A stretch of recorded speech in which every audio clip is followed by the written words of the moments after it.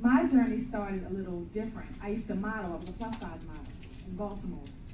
And I would do my makeup. I would do all the runway girls' makeup. I would do proms, weddings, whatever I could. But I worked at Allstate Insurance Company.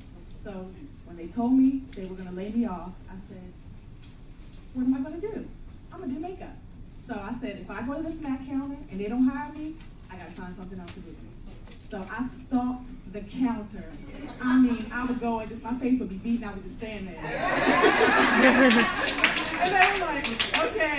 I would just buy everything and return it to another counter. I made sure they saw who I was all the time. So she was like, you know what? We want you.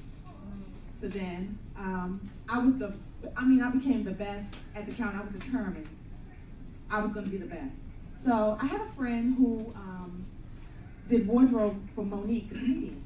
So she left Baltimore and went to California and worked for Monique. And she called me one day and said, Monique needs a makeup artist in Chicago. Do you know a makeup artist? And I said, well, no, but I will fly myself there and I'll do it for free. Let her just see what I got. She was like, you sure? I said, I'm positive. Flew myself, put myself up, did it the whole weekend. I was about to go back home and she called me into her room. She said, are you married? I said, no. Kids? Nope. What do you have in Baltimore? I said, well, I just put my 2 weeks notice in at Mac. I was there for 8 years. Prayed about it. I said, it's time. I went from full time down to 10 hours, and I was like, I gotta go. God told me to move. I'm putting my 2 weeks in.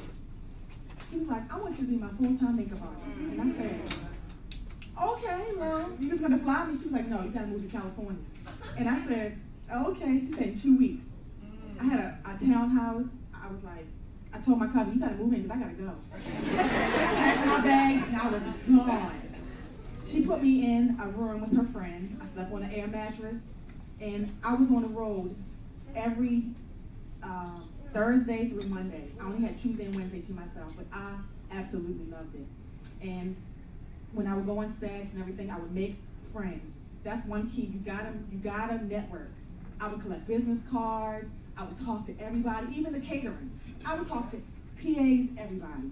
So then when me and her, I worked for her for 2 years and then that ended. But then I was without a job. And I'm gonna be real, she let me go in Paris. It was a little crazy.